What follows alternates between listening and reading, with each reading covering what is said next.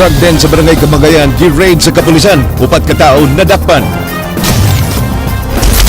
Duha ka traffic enforcers sa Mandawi City nagkuhaan sa video camera nga nangilkil sa ilang gidakop nga traffic violator. Publiko gipahimangnuan sa kapulisan nga magbinantayon sa posibleng pagpanimalo sa pundok sa napatay nga teroristang bomb maker. Sa guniang kabataan elections, i-postpone sa COMELEC ngadto sa Abril 25 ning tuiga. Usa ka Special Bids and Awards Committee himuon sa City Hall alang sa bidding sa pagpatukod sa bagong City Hospital.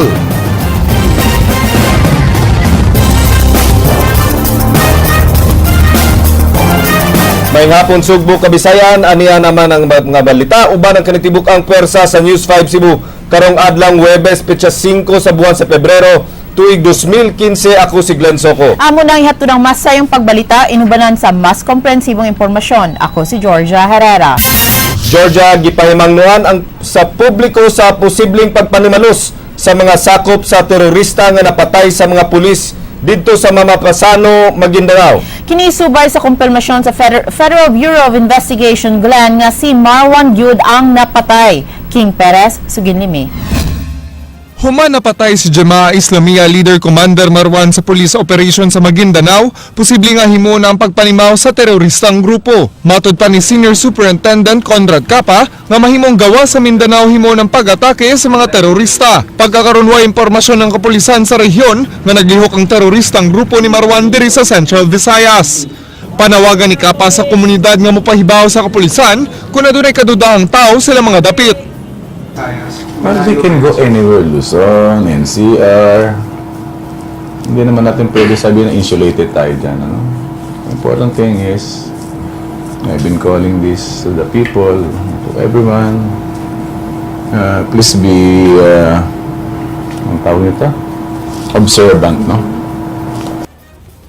Matod ni Capa, wala maapektuhi ang relasyon sa kapulisan ug military dinhi sa rehiyon. Taliwa sa mga nagkalain-laing gipamahayag sila mga kadagkuan kabahin sa hitabo.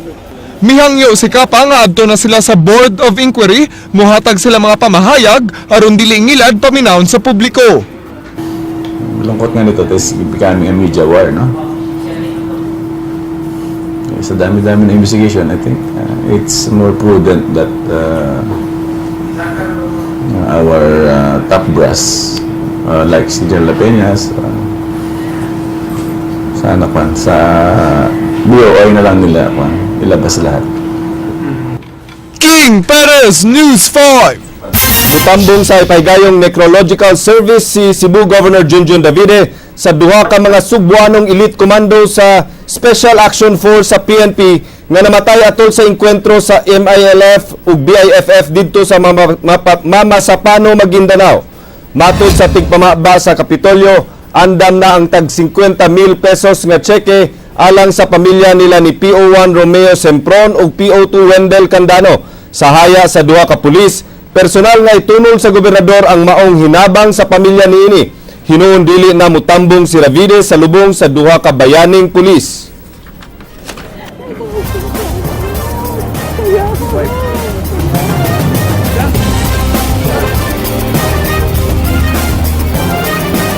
Pamilya, labi na sa katong mga asawa, kay para makabalusan siya unsa pay laing kinahanglanon. Mga pulis nagpaupaw agi sa simpatiya sa ilang mga kauwang pulis nga nabatay didto sa Maguindanao. King Perez, Suginlimi. Alang pagpadayag silang simpatiya sa kamatayon sa 44 ka mga sakop sa PNP Special Action Force, nagpaupaw ang mga sakop sa Cebu City Police Station 2. Giawhag sa hepe sa police station si Chief Inspector Wildemar Tiu ang iyang mga sakop nga ipadayag ang pagpanawagan sa hustisya alang sa Fallen 44. It's a way of simple gesture.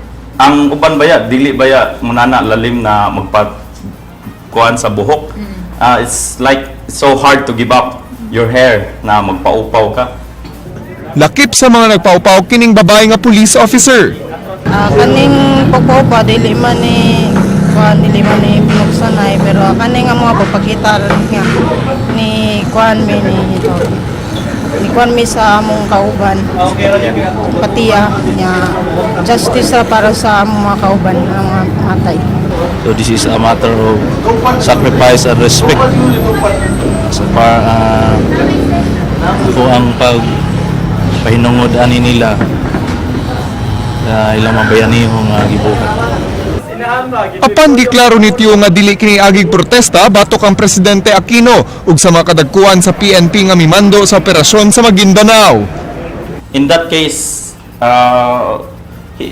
that's the president prerogative. We PNP personnel follow orders.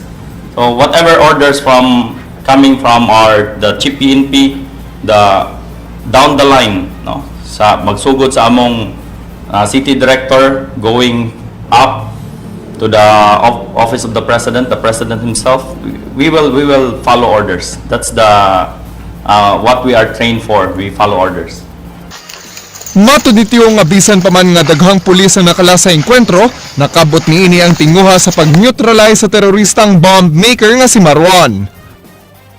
And there are sub-commandos there who are risking their life just to save life. That will kanang ibaylo sa thousand of civilian. Perhaps if Marwan still alive and he could possibly, he's a bomb specialist, no? So kung kana siyang bomba nabutang sa kanang mga establishment, mas worse pa makuan. Panawagan karon sa hepe sa Police Station 2 sa Dakbayan sa Subo nga mosunod ang mga pulis sa ubang police station sa pagpaupaw isip simpleng pamaagi sa pagpanawagan sa hustisya alang sa nadangatan sa 44 ka mga sakop sa PNP Special Action Force. King Perez, News 5. Milingkod sugod kaganiha ang bagong Regional Director sa National Bureau of Investigation Region 7. Unsa ka ang mga problema sa rehiyon nga iyang tutukan? Jinky Receipt, Suginlimi. Kagahapon lang milingkod si Attorney Ricardo Diaz ang bagong Regional Director sa NBI 7, hulip kang Attorney Max Salvador kinsatuan na karon sa kauluhan. Sa iyang pag-asumir sa posisyon, misaad kining iyang tutukan ang problema sa human trafficking sa rehiyon. Gawas sa pagtabang og sulbad sa problema sa drogas nga naghita karon sa Central Visayas, iyang gisaad nga di sila magkuwang sa pakig-alayon sa buhatan sa PIDEA 7. Kung meron kaming mga impormasyon, it's either tatrabahohin namin with their authority or we will do it in coordination with them. So the word is coordination. Ang mga high-profile cases nga wa pa masulbad sa panahon ni Salvador sama sa archival case, tinguha sab niya nga sulbaron. Halimbawa, yung mga unsolved na mga heinous crimes, doon na lang kami mag-concentrate kasi nariyan naman ang Philippine National Police. Sa kanila na lang yung mga krimen na kayang-kaya naman nilang gawin. Pinaagi sa bagong forensic laboratory sa NBI, paninguhaon ni Diaz nga makatabang unya sila sa pagsulbad sa ubang krimen sa tunga-tungang Kabisayan. Jinky Rosit, News 5. Gitaktak sa ilang assignment ang duha ka mga traffic enforcers sa Dakbayan sa Mandaue tungod sa pasangil nga pagpangilkil. Andrea Patenya, Suginlimi. Girilibo ang duha ka mga sakop sa Traffic Enforcement Agency of Mandaue Kuntim nga gipasangin lang ng ngilkil sa usa ka langyaw ug sa uyab niini. Gipost sa YouTube ang video sa giingong pagpangilkil sa mga traffic enforcers nga silang Arman Gallardo ug Ringo Pinados. Sa video, makita nga gipara ang langyaw giyang uyab nga luwan sa ilang motorsiklo human himog illegal U-turn. Nagtuo pa ang duha nga maayo kayong makig-abi-abi ang mga enforcers kay gigreet pa sila niini og pit senior. Matod sa langyaw, gipangayuan sila 2,000 pesos sa mga traffic enforcers isip multa apan nagdumili sa pag-issue og citation ticket. 200 pesos ra unta ang multa alang sa violation nga illegal U-turn. Makita sab sa video nga gipasud sa mga enforcers ang langyaw sa ilang patrol car. Samtang ang laing enforcer ni duol sa iyang uyab nga maoy nagda sa camera. Miingon pa kini nga di magpaklaro sa transaksyon, sanglit gialirungan sila og mga bata.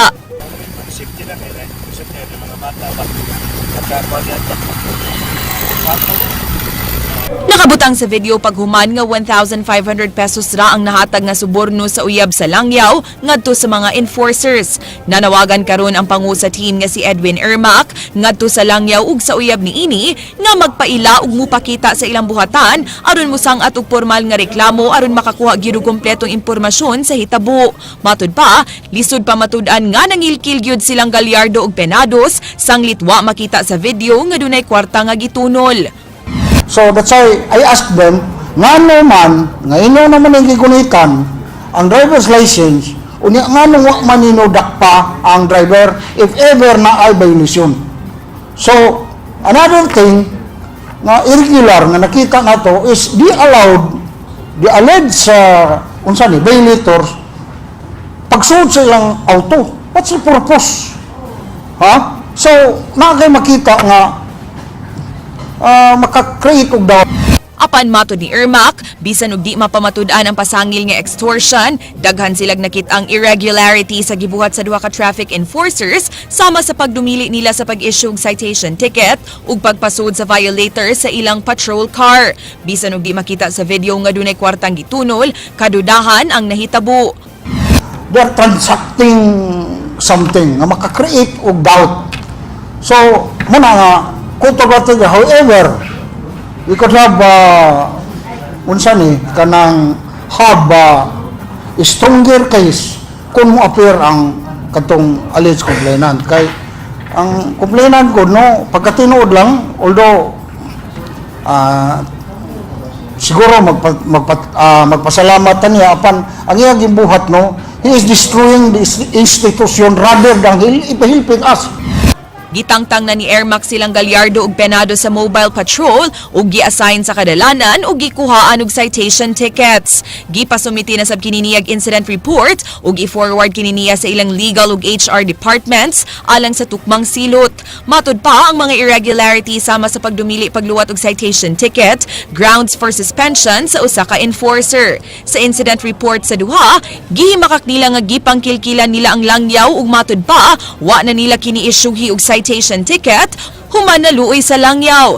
Giingong wa sa existing derogatory records ang duha tungod sa extortion. Samtang bahad ni Ermac nga kung mapamatudan gyud ang reklamong extortion batok sa duha o sa bisan kinsang sakop sa team, di na kininiya hatagan pa og second chances. Non-renewal of DO or termination from the service.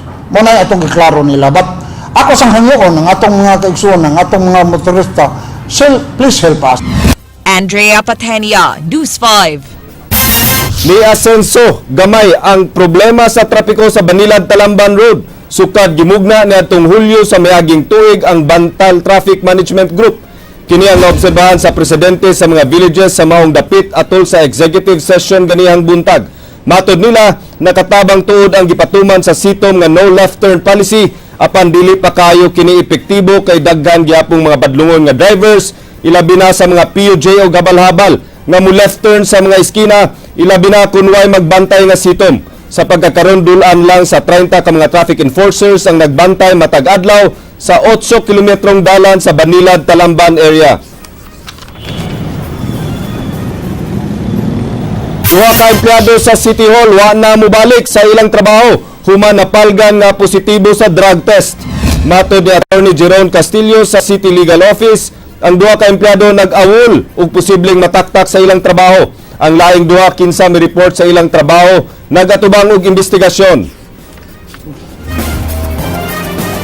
I-institute na nato ang kanang procedure for them to be declared on AWOL status so that they can be terminated na. Ang duha na lang ay nagpabilin and they are under investigation by the HRDO. Okay, ato namang gi-endosar sa HRDO for investigation proceedings.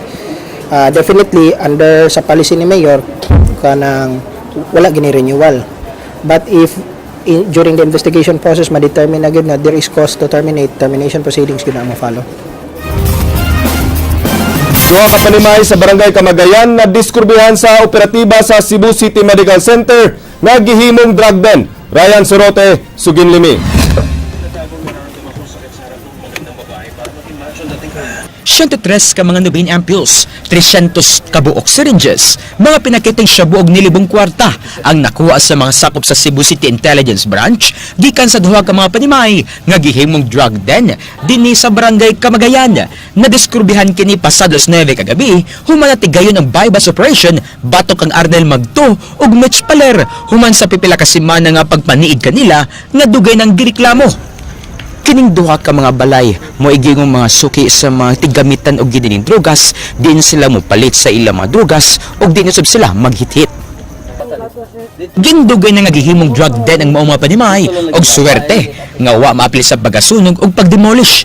Si Cebu City Police OIC Director Senior Superintendent Conrad Capa ang nagsugo sa mga operasyon tungod sa daghang mogamit og milkshake o ang kombinasyon sa nuben og shabu sa lugar. Gilikayan sab sa kapulisan ang pagdagan sa mga mataptan og AIDS tungod sa mga ginamit nga syringes. Ginggikan sa Cebu City Health ang mga syringes nga gibaligya ngadto sa mga tigamitan og drogas. HIV is being transmitted kasi 'di ba, yung hindi sila nag-aano ng syringe kung kanino turok sa iba. Mantagan man kayo ni. Ang uban sa dinyo itong pangtagaan sila ko sa palito ng 5 para itong i-resilog G's. Pa-extra nga panday si Magto samtang napugos sa pagsud si Paler sa mga operasyon aron mabuhi ang iyang anak. Imo ni mga nakuha day? Oo, sir. Ngano na mag-negosyo man ng kaano? Para sa mga anak, sir. Imo ni mga syringe nga nakuha? Syringe, sir. Okay, pero kayong drugas? O, kubawa na, sir. Natlan sabsud sa drug den silang Vincent Monte Alto o Carl Alex nga giingong paingon na untang magpa-inject og nubain. Ryan Sorote, News 5. Gipahibaw sa Comelec Cebu Province, pinaagi ni Election Officer Attorney Ferdinand Guhilde nga gisibog karong Abril 25 ang piniliay sa Sangguniang Kabataan. Kini ang nadesisyonan sa Comelec and Bank karon lang hapon aron duna pay panahon si President Noynoy Aquino sa pagpirma sa balaod nun nga isibog ang SK elections ngadto sa Oktubre 2016. Ug subay niini magsugod ang election period mga 30 ka adlaw sa di pa ang election. Kung wa pa mipagawas og kamanduan ang Comelec and Bank sa maong desisyon, magsugod na unta ugma ang election period o gun ban subay sa gikatakda untang SK elections karong Pebrero 21. Nasayran nga ang tibok lalawigan sa Subo dunay 122,000 ka mga botante alang sa Sangguniang Kabataan.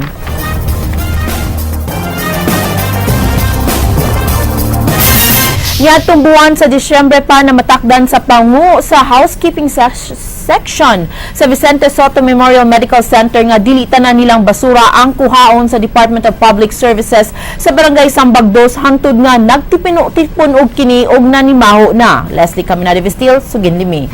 Gibutyag sa labaw sa housekeeping section sa Vicente Soto Memorial Medical Center nga sa mga tunga-tungang bahin sa buwan sa Disyembre ni adtong miaging tuig, ilang nabantayan nga ginagmay na lang ang kuhaon sa mga tigkulikta og basura sa Department of Public Services. Nasayran nga ang LGU mo itiguha sa mga general waste sa mga tambalanan, samtang usa ka pribadong kumpanya ang ilang gikontrata sa pagkuha sa mga biological ug infectious waste. Nagpadala sila og request sa buhatan sa DPS subay sa duha ka semanang wa makuliktang basura nga mo'y hinungdan nga nanimaho ang likod nga bahin sa ospital.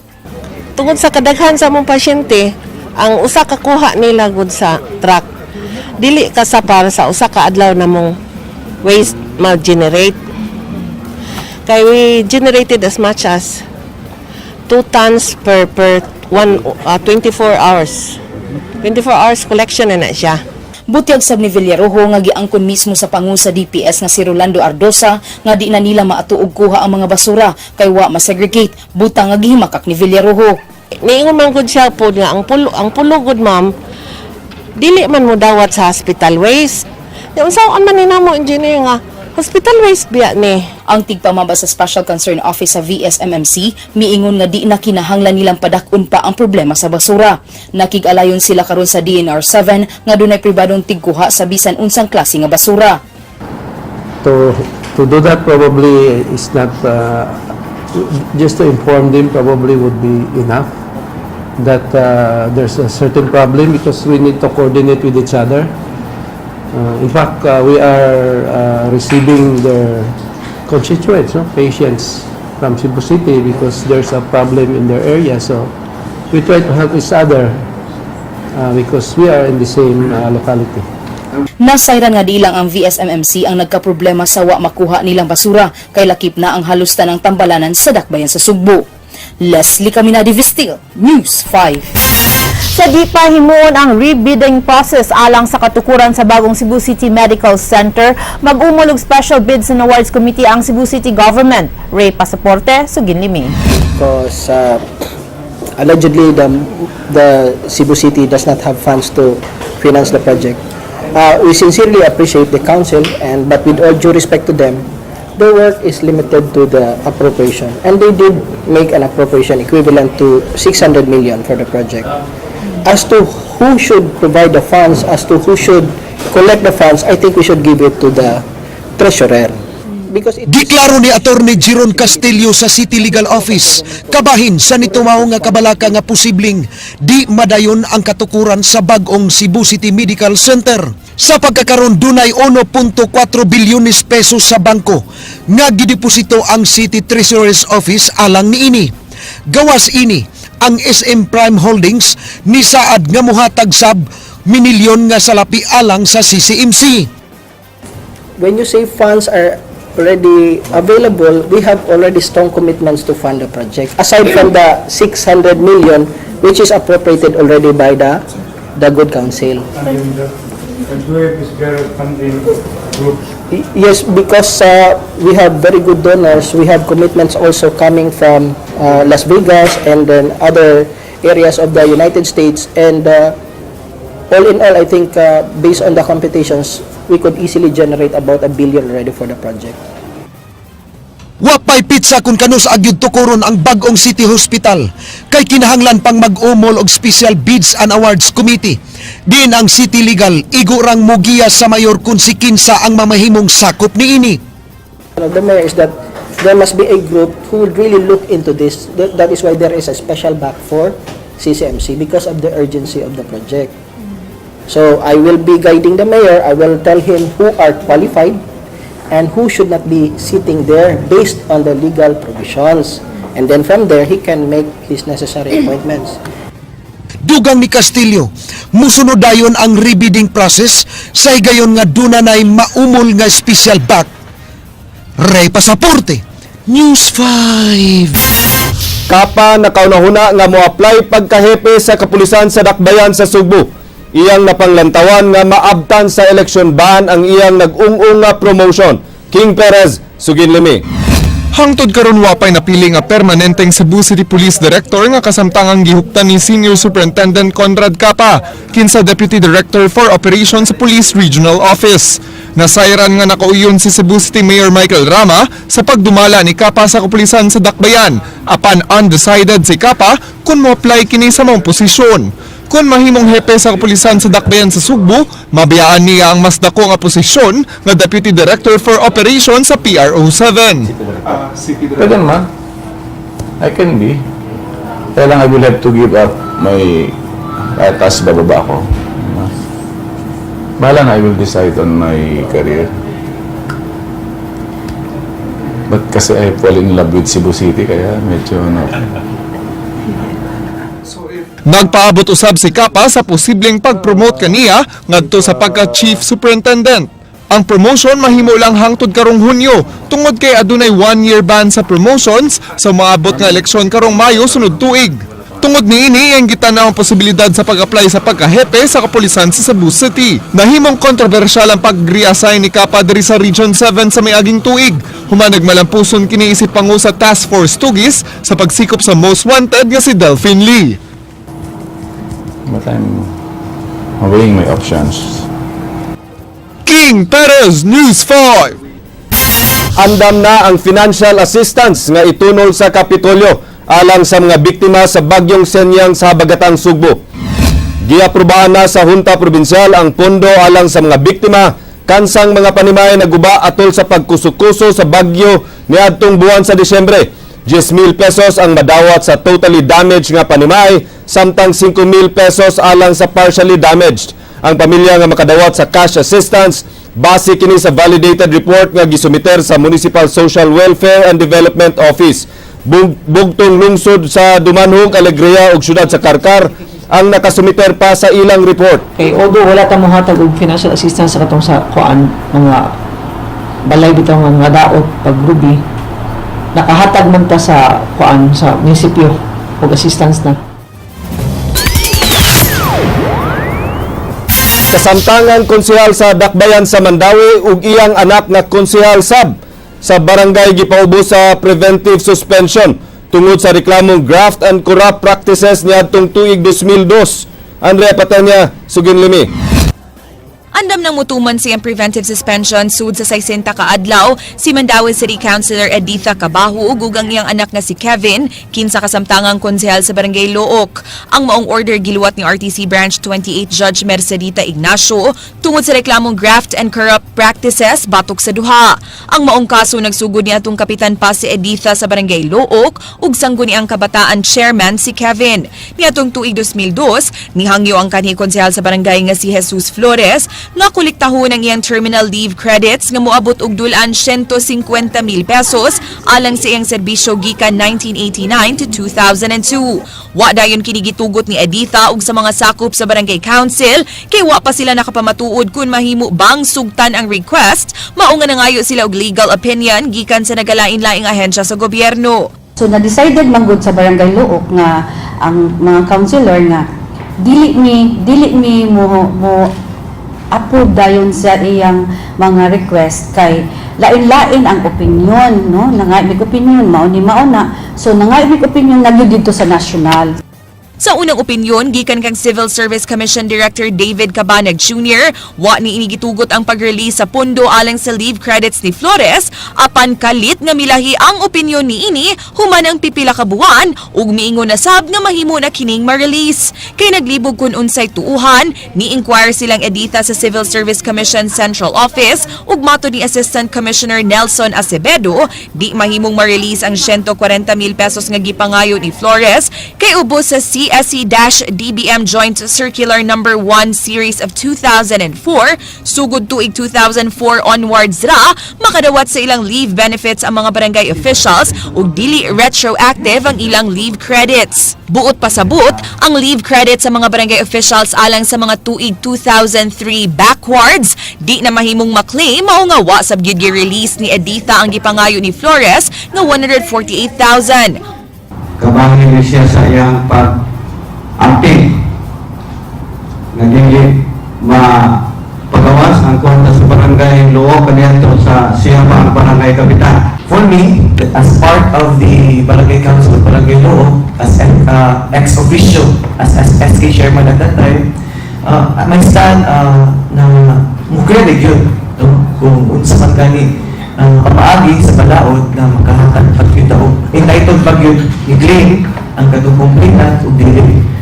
Ipasaka ni Flores ug sumbong si Cabahog ug uban pang mga sakop sa konseho sa Barangay Look sa buhatan sa ombudsman. Miluwat og motion for suspension ng ombudsman apan napakya sa pagsumiti sa ilang tubag si Editha, mao nga gi-elevate ni Flores ang kaso sa korte. Aron di maka-impluwensya sa kaso ang pwestong gikupta ni Editha karon, nahukman ni Judge Ignacio nga ipaubos usa sila ni Kevin sa preventive suspension.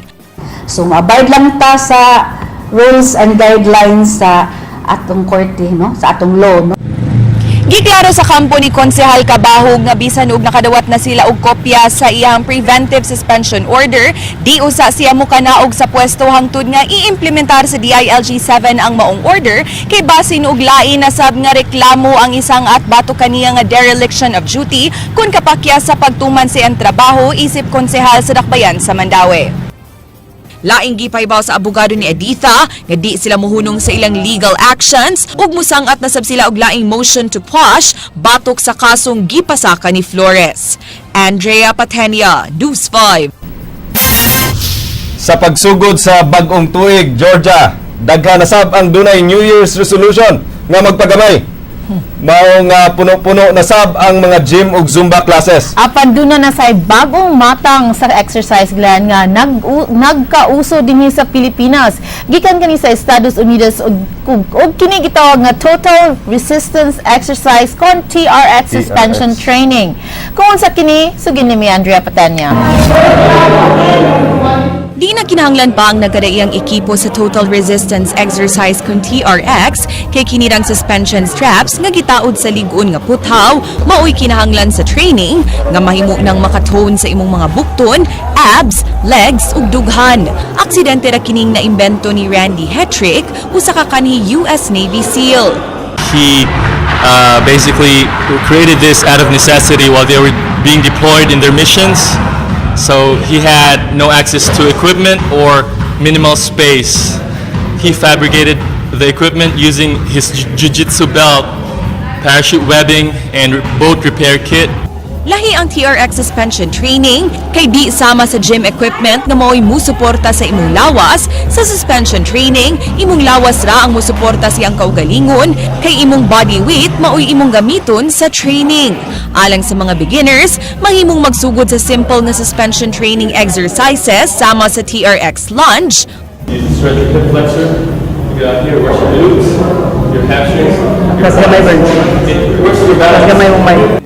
TRX row, Slowly extend your arms, lean back, keep your plank, chest lifted, shoulders down the back, and do a row. ug TRX press.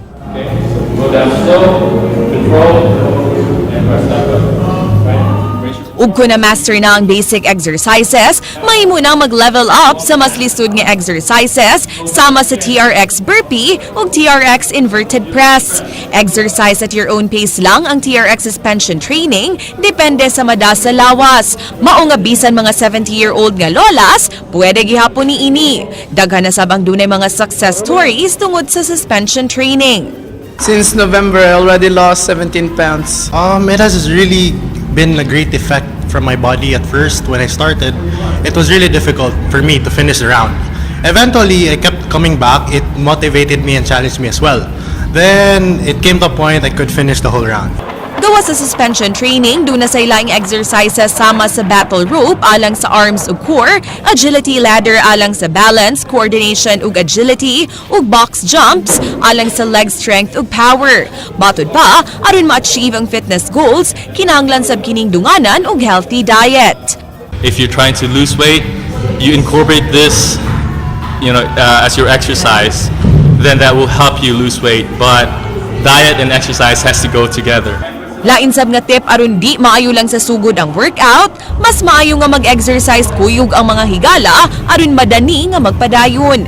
Samtang alang sa kadtong way oras o budget alang sa gym, mahimo rang mo invest og 20 minutos alang sa simpleng walking exercise matag adlaw aron lang sington. Andrea Patania, News 5. Georgia, gumikan sa giingong sayop nga informasyon bahin sa Cebu City Medical Center. No? Kabahin siguro ni sa balita nga nigawas nga matud siguro sa mayor nga sayop. No? Gisir mo na ni Cebu City Mayor Michael Rama ang mga tigbalita kaganina. Muna magbantay kita sa itong ibalita. Ray, pasaporte, sugin limi. About changing some personalities about CCMC. Who are the newspaper talking about it? Sa iyang paglingkod at tubangan sa mga sakop sa media, kini ang gipangutana sa mayor sa mga tigbalita diinway ni tubag kaniya. Matud sa mayor, nagsangyaw sa sayop nga impormasyon ang ubang tigbalita kabahin sa CCMC. Bisan ugwa siya musulti niini. Because who? Talking about that these people are not there, these people are not there. And it's about CCMC. Who? News, yes. Yeah, I want you to know, because otherwise we will call it quits. Because why will I have a press con and you're telling lies? Come on, speak out so that you can correct, because you keep on talking about you're not even waiting and you're not even asking me. I've been too busy with George and now you're too busy telling lies. Did I say it's about CCMC? No. Precisely. Why are you talking about CCMC? Nibarog ang mayor dihang nirason ang usa sa mga tigbalita sa newspaper. Matud niini, di sila ang sayop kundi ang ilang editor. No, don't say it, fault editor. Cannot be. Because you keep having your editors faulting. There's no use having a press con here. Bringing a lie. I said a lie because I have not tackled yet CCMC. Matud sa mayor, wa niya mabatasan nga mangaway og pamantalaan kay duna pa siya pagsalig niini. Giklaro ni Rama nga kung magpadayon ang sayop nga balita sa mga newspaper, iya na lang pilion ang media kung asa siya magpa-interview kay nagtuo siyang makakita siyag away sa ubang media personalities. Sawa pa siya mubarog, duna siya laing pahimangno. Is there a case that I can file against the newspaper? Can I? Including the writer? Is there? Can you study, please? Because I've been observing errors, lies that I did not speak, and it's being written. That's why I already asked my PIO, where's PIO? Have it all recorded, so that we can always compare who's telling lies, who's telling the truth. So please, I already warned you before, and I will repeat the warning. This is the second warning. Rey Pasaporte, News 5. It's still about the truth, Attorney Georgia. Exactly. Muna, us, people in media, we should be very careful. We always tell the truth. Di ta magdungag, di ta magkuwang. I think so. And we want the truth for the Mama Pasano incident. Yes. Ug mao kadto ang mga balita sa Aksyon Bisaya, kinisiglan sa ko. Daghang salamat, ako si Georgia Herrera. Bisan asa, bisan kanusa, kapatid. Kay di lang kutob sa balita. Aksyon!